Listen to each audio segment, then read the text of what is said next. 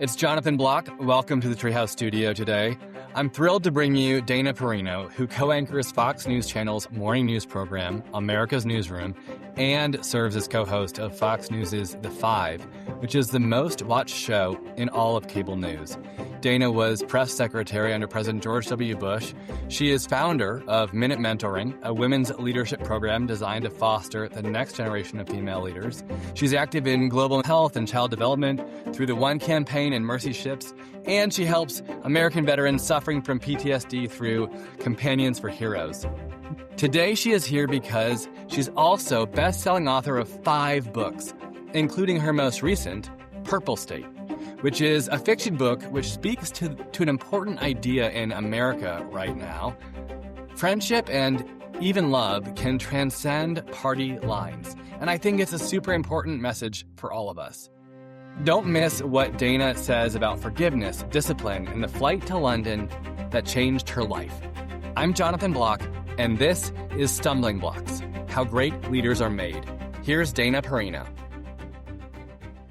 So Dana, you and I have emailed a lot over the past, 20 years, 15 years, but I don't think I've talked on the phone to you since... Not for a while. Yeah, a long time. The last time I can remember is actually you called me in like 2007 to tell me I didn't get a job I'd applied to. But here's the kicker. You said it in such a lovely way. You said you were very kind, you called, you were so kind. And then you just said something like, we've decided to move another direction. And it was the most just lovely, gracious way to say, you're not the right candidate. And I've used it many times since then for folks who didn't get the job. And I decided to move a different direction, but I've quoted those exact words from you over the years. So thank you for that. Yes, I mean, obviously those conversations are never easy. Usually, I think when you look back, you realize that everything works out for a reason. For sure. And everybody went in a different direction, right? Like even especially right after the White House years. Right. All of us exactly. had to go in a different direction. And I was so scared to leave. And I talked about that not too long ago in an interview and saying that President Bush was really the one who said, well, we don't have a choice. Like we actually are going to be kicked out of this place on January 25th at 1 p.m. So you're going to have to leave and everything will be okay. And he, of course, was right, but it was hard to see it in the moment. So you've said before that your first job after the White House was in a PR role, and that within 2 hours you knew it wasn't right for you. How did you know? I actually even think that's being generous. I think that's the paperwork. I knew. I had worked at a public relations firm in San Diego before I even went back to Washington after 9/11. And it was just the job that was available. It was probably the best professional job I could get at the time in San Diego. That's not like a big place where there was a lot happening. You know, it's a big, small town. Yeah. A lovely place, obviously, but just for my ambition, it wasn't the right thing. And really, when you go to a PR firm, they'll say, oh, we don't expect you to pitch media and we don't expect you to bring in new business, but that's all they expect. And what I realized is that a lot of the CEOs who wanted my help, they just basically wanted to use my media contact for things that I was not on board with. Yeah. And I was like, it was just a bad fit. So I left 6 months later. I would have left 6 days later, but I tried to give it a little bit of time. And that's when I started my own business and everything was going very well, but I was working more hours than I even did at the White House. Oh my goodness. And I was just stressed about what am I going to do because the business was at a point where it needed to grow. And I just didn't really want to have a PR business. And I had been in Africa because I was also on the Broadcasting Board of Governors overseeing Voice of America and those entities on a bipartisan board. And I'd just been to Africa for some, it's not mission work when you're on government work, but it was diplomatic work. Yeah. And trying to do more, especially for motherhood and early childhood development. And so I had just gotten back from Africa, Nigeria, waiting for my bags at Dulles Airport when Fox News called and asked if I'd be willing to come up and do this temporary show called The Five. And that was 15 years ago. Amazing. July. Yeah. So again, right, I went in a different direction and everything turned out okay. It's funny. So you've just written this book, Purple State, and in the book there are three characters, Dot, Mary, and Harper, This and must have they been the lightest reading you have done in years. it was. Yeah, I'll be honest, it was. I love that you just said that. Yes, it is. It I had to be. Like, typically I mean, read, I think like political biographies. romantic comedy is not your typical read, or I'm you not your like buyer. you write No, such. Dana, I'm not your buyer. No, that's true. But you know what? The guys who have read it seem to really like it. So here's what I liked about it. So it's just for the listener. It's Purple State. It's about three women who moved from New York to Wisconsin to work on a Democratic presidential campaign, in their early 20s, which in some ways mirrors my own life, Dana, which isn't really the point of the story. But after you declined the chance to let me work on your team, I went to work for John McCain, and I worked all over the country for Hmm. him in my mid 20s. And so there's a Hmm. lot of similarities, and I have so many wonderful memories. And in fact, a friend this morning called me from that season of life, and we've been dear friends for the last 20 years. So there's a lot of I love that I that. just kind of enjoyed because there's pieces of it that are autobiographical. But what's I think even more interesting, and we'll get into this, but um, I came from the Midwest. I live in Atlanta now, but I came from a small town in Missouri, not unlike the town in Wisconsin where they settle, and it is a very red town where I'm from. And what I really loved about it is just the notion that what politics don't have to define us. There's Yep. so much more, and Hmm. let's focus on the more. We don't have to focus on the Yes. red and the blue all the time. So take us to, I mean, this is an unusual book for you to write. As you said, you've been on the five for 15 years doing broadcast television on Fox, and you write a fiction, kind of a beach piece, a fiction romance focused on politics. Why? Well, I if I go all the way back to when I was in first grade, I loved reading. And when you would ask me back then, like, what do you want to be when you grow up? I would have said an author. I just was in awe of the craft from an early age.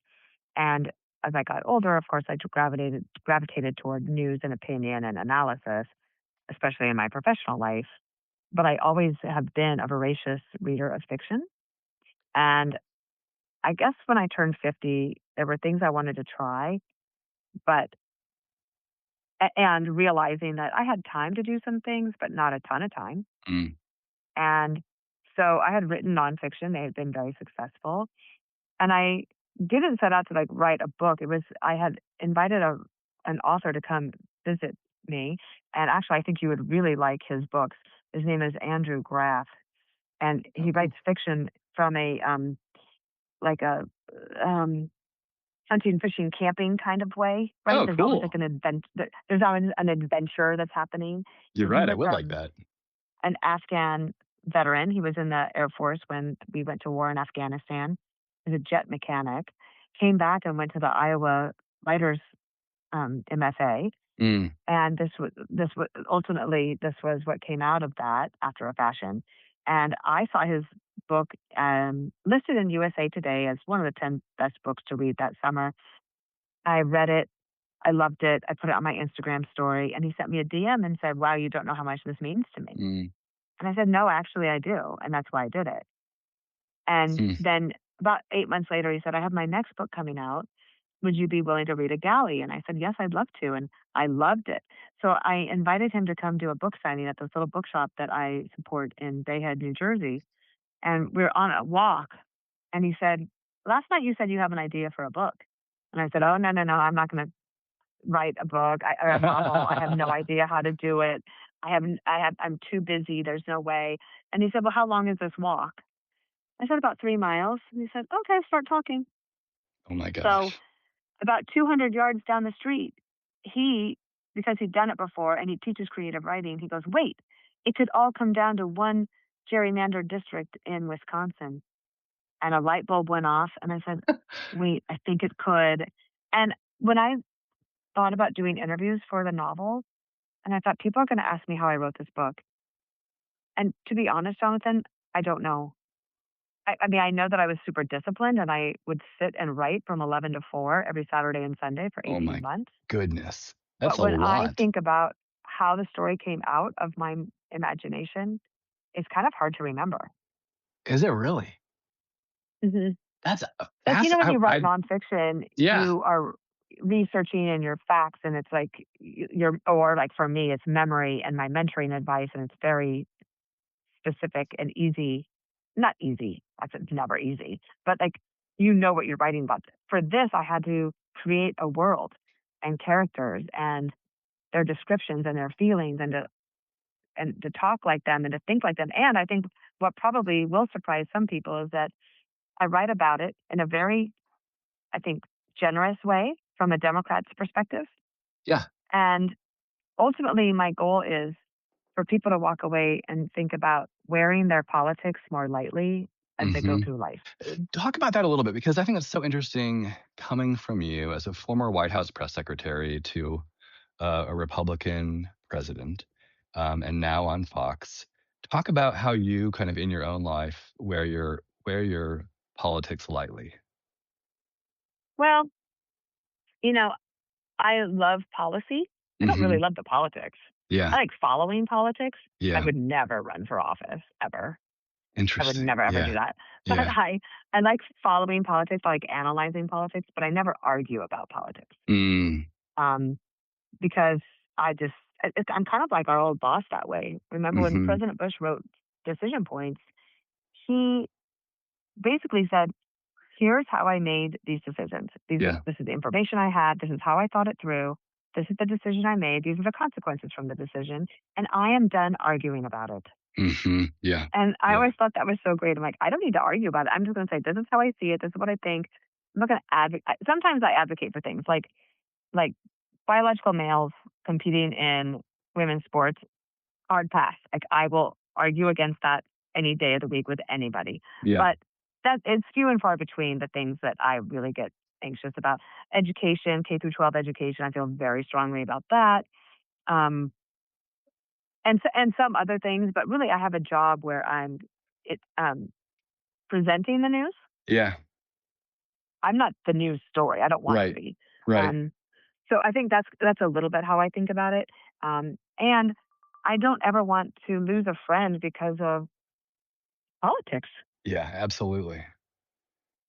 That makes so much sense, and especially coming out of the Bush White House, it's funny. Coming out of the Bush White House, I felt very much the same way, and had begun to sort of lose some friends, unfortunately. And now, thankfully, kind of in Hmm. retrospect, the friends who had distanced themselves from me, have come back around and said, you know what, maybe he wasn't so bad after all. He's actually a really Hmm. decent human. You remember Um, those bulletin boards, the miss me yet bulletin boards? yeah, I do. Yeah, exactly. So Dana, there was this interesting moment when you were press secretary, when that your Hmm. predecessor Scott McClellan had Mm. written a kind of a kiss and tell memoir about his Yeah. time serving President Bush, and you have this really powerful story of you were, I think, in the Oval Office with the president just before you went out to the media, to take their questions on the book. What did the president tell you in those moments, just when it was the two of you? Sure. Well, it was Steve Hadley, the national security advisor, that alerted President Bush that I was worried and upset on his behalf about the book. Hmm. And I didn't want Steve to tell him that because obviously the president has more important things to worry about. So, but the president heard about this, and so he called me into the Oval Office. And Hadley was walking out, and I was like, "Oh man, he dimed me out to the president." So I walked in, and the president said, "I hear you're worried about this book," and I said, "Well, sir, it's generating a lot of bad press, and it's probably going to last quite a while, at least through Sunday. Hmm. And I want to protect you from these things, but the book is out there, and the media is very ravenous for it." And he said, "I want you to try to forgive him." And I said, and he goes, "No, I want you to try to forgive him." I said, "Well, can I throw him under the bus first?" And he said, "No, because forgiveness is something you do for yourself. And nobody is Wow. going to remember this book in 2 weeks." And that was true. Yeah. That was absolutely true. And so I've always kept that in mind as a guide. And I hope Purple State has a more of a lasting impression. But what I love about how Purple State turned out is that it is a coming of age story where there's all these lessons from the book I wrote, Everything Will Be Okay, My Life Lessons for Young Women. Hmm. All of the lessons from that book are hidden in the mac and cheese of a novel. It's like, and so you hopefully learn about choosing love and being wise with your decisions, being good to your friends, being open to learning from other people. Um, and I love the people that are in the book that are a little bit older in politics. Like you have Rose, who works, she's a volunteer for the DNC, well, the Democratic Party there in the county. And she's Uh-huh. good friends with this guy named Charlie Cooper. And Charlie Cooper is from um, her hometown, and they went to high school together. And the younger people can't believe that she's friends with a Republican. Mm. She's like, "What do you mean? We went to high school together. I know Charlie Cooper forever. How dare you both?" And I'm trying to do that, like in the bookstore owners, the Reader Falls bookstore owners. Yeah. They've been married 50 years, and Jeannie is a Republican, and her husband is a true liberal Democrat, and they just laugh about politics. They wear it lightly. And there's really troubling polling right now that says that 68% of young people say they wouldn't even consider dating somebody who doesn't vote like they do. Right. And that's a terrible way to one live your life, but especially if you're born in America, you won life's great lottery, as President Bush used to say. That's exactly right. Yeah, and so, I mean, if you're writing off 68% of the population, that's or if you're writing, I guess, 50% of the population for a sort of a red Right. country, that's a lot of the. If 68% of us are writing off 50% of the population, that significantly narrows the pool. But more than that, I think there's a richness in, and I'm learning that there's richness in finding people we disagree with, and not necessarily even. We don't have to talk about the things we disagree about because there's so much that we agree about. This morning I listened to David Rubenstein's podcast where he was interviewing a scholar. You probably know this man. He recently wrote about Alexander Hamilton and Thomas Jefferson and the rivalry that they had. Mm. But that it was really Hamilton that helped Jefferson to become the president, well, the vice president, the president, and that he died in the duel with Aaron Burr, Mm-hmm. and that Jefferson put a bust of Hamilton in his home, and he reportedly said that every day he would just give a nod and say, "Thank goodness for honest adversaries." That's the quote. That's a great quote. Thank goodness for honest Yeah. adversaries. So you have said in 1997, your friend Kim Wilkerson said a sentence that changed your life, and the sentence was, "Stop. Do not pass up the chance to be loved." Can you take us to that hmm moment and why she said that to you? Sure. So I had met this guy on an airplane in 1997. Mm. He was 18 years older than me, British. There's 100 reasons why we should never be together, but we were assigned seats next to each other, and we've been together now 29 years. But back then, 4 months after I met him at Christmas time, Kim had taken me aside and said, "So what's going on? What's happening? Are you guys together? What's going on? Are you moving to England?" And I started to tell her all the reasons that I thought I couldn't, and she said, "Don't give up this chance to be loved. It might be the only one." And now that might not have been true, of course, but he is the love of my life. And if I had listened to all the personal my personal insecurities about making that decision, and this including those where I was worried about what other people would think about me making that decision, then I would have missed out on this opportunity. And he's been the best thing that happened to me. And and going back to Purple State, Yeah. the lesson I try to provide is that choosing to be loved is not a career limiting decision. It Yeah. certainly didn't hurt mine. So Peter proposed to you outside the National Cathedral, and you took a year to answer, or at least that's what I've read in the press. Did you really leave him on a hanging for a year? Well, yeah. I mean, I think that a proposal coming 6 weeks after you meet, and Oh, okay. I knowing that didn't read that I part. had to move. I had to move. I had to leave my career. I couldn't have a work visa. There were a lot of things that had to be decided. Yeah. And when I moved to England, he bought me an open-ended ticket to return whenever I wanted to, if I felt like I needed to. Of course, I Wow. never used that ticket, but it was romantic and thoughtful and wise. And yeah, he's been that kind of a partner ever since. That's Actually, it was incredible. funny. Last night, I was reading something about the Strait of Hormuz, getting ready Uh-huh. for the shows, and I was like, "Wait, Peter, he's like my personal Google. It's like, remind me, Gulf of Tonkin, what happened? And he just knows it off the top of his head, and I don't even have to fact check it. I know it's right. So yeah, he's been fabulous for me. What a great partner. That's incredible. Yeah. Given your career especially, that's incredible. So Dana, last week, Their Majesties King Charles and Queen Camilla came to the White House, and a number of years ago, President Bush, of course, hosted his mom for a state dinner, and you were there. And I wonder if you can just take us behind the scenes to a moment that stands out to you from Her Majesty the Oh Queen's yeah. visit. So that was in 2007, and I remember there was all this protocol stuff we had to make sure we were following. I was like, Peter, aren't you excited to meet the Queen? And he said, no, not really. Because he was like, why do you guys? He was like, why do you care so much? Or actually, he shouldn't say that, but he was basically like, I'm looking forward to it, but it wasn't a big deal for him. Yeah, But yeah. because I was a deputy press secretary, and that meant that I sat more at the kids' table, and we sat Uh-huh. downstairs in the map room with all of her deputies.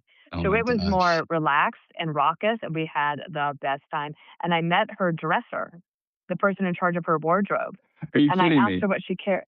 And I asked her, what does the Queen carry in that bag? And she said, her glasses. And that was it. Amazing. And it's a very historic moment, right? Because Winston Churchill and FDR would have been in the map room during World War II, literally mapping out the front lines of the war, right? So Yeah. that's Yeah. sort of Yeah.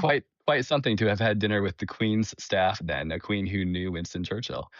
Wow, what a moment. That's incredible. So as we wrap up here, my listeners know that in my last day at the White House, I asked President Bush, I said, I'm a young pup leaving the White House. What advice do you have for me? And he told me to go fight on the front lines of compassion, and it changed my life. I Oh, mean, I love that so much. is there a moment you have from your service to him or to others really that has deeply changed the way you think? I think that I used to love just watching his convictions. And so when he would explain to audiences, especially younger people, that if you have principles in your life, like personal principles that you live by, it makes decision making easier. Mm, And I have carried that with me. It absolutely has been wonderful because there is freedom in being disciplined, mm, and it makes life sweeter. And also, I think that people don't realize how funny he is. mm, mhm. And we laugh a lot in our life, and at my work. I love my job at Fox News. I love the people that I work with there, and they make life joyous. We were always busy, and we have a lot going on, but we are joyous in our work, and so is he. I love that. So I want to ask just about discipline really fast. You talked about writing your book. You said you wrote 8 hours a day, Saturday and Sunday, for 18 months, which I did some math is right at 1,250 hours, which is a lot of writing. Oh wow, How that's a else? lot of math. It's a lot of writing. I mean, especially while Hmm. you're running 2 daily TV shows and a podcast Hmm. and writing a book on the Hmm. side. So clearly disciplining the way you use your time. How else does discipline show up in your life, Dana? I think fitness, nutrition, Yeah. um, time management, sleep. Yeah, I think that How much do you there's sleep? no more than I usually never more than 7 hours. 7 hours. And 7 hours is great if I can get it. All right, Dana. So the book is Purple State. Any closing thoughts for our audience on the book, other than go out and buy it and take it to the beach? Well, I would say this, that I'm obviously, especially people who would be listening to your esteemed podcast, political romance might not be up their alley, and it might not be. I'm not. I believe me, I understand that because I don't read a lot of really big, deep, wise or nonfiction either. I like to listen to those books. Yeah. But I would say that this is a fun beach read. It's great for young women and their moms, um, because it gives them a chance to talk about what it's like to be in your 20s and going through that quarter life crisis and trying to figure out what's next in your life. Um, and that if you can remember that you are a an American citizen, an educated one, loved by your family, there is nothing you can't do. You just have to decide how hard you want to work. Those are great words to live by. Dana Perino, thank you so much for joining the show today. I loved being on with you. Thanks, Jonathan. It's really great to catch up with you. One thing Dana said that I keep coming back to is there's freedom in being disciplined. She wasn't talking about a system or a framework. She was talking about what it feels like to have principles that you've actually decided upon and acted upon so that when hard moments come, and they will, you're not starting from scratch and you already know what to do. And then the forgiveness story. If you're carrying something heavy right now towards someone who let you down, I gently suggest you sit with what President Bush said to Dana. Forgiveness is something you do for yourself, not for the other person, and certainly not after you've thrown them under the bus. That's a good lesson for me and probably for all of us. Dana, thanks for this. If this conversation meant something to you, the best thing you can do is share it with someone who needs it and leave us a review wherever you listen. It makes an enormous difference for a show like this one, and I read every single review. I'm Jonathan Block, and I'll see you next time on Stumbling Blocks.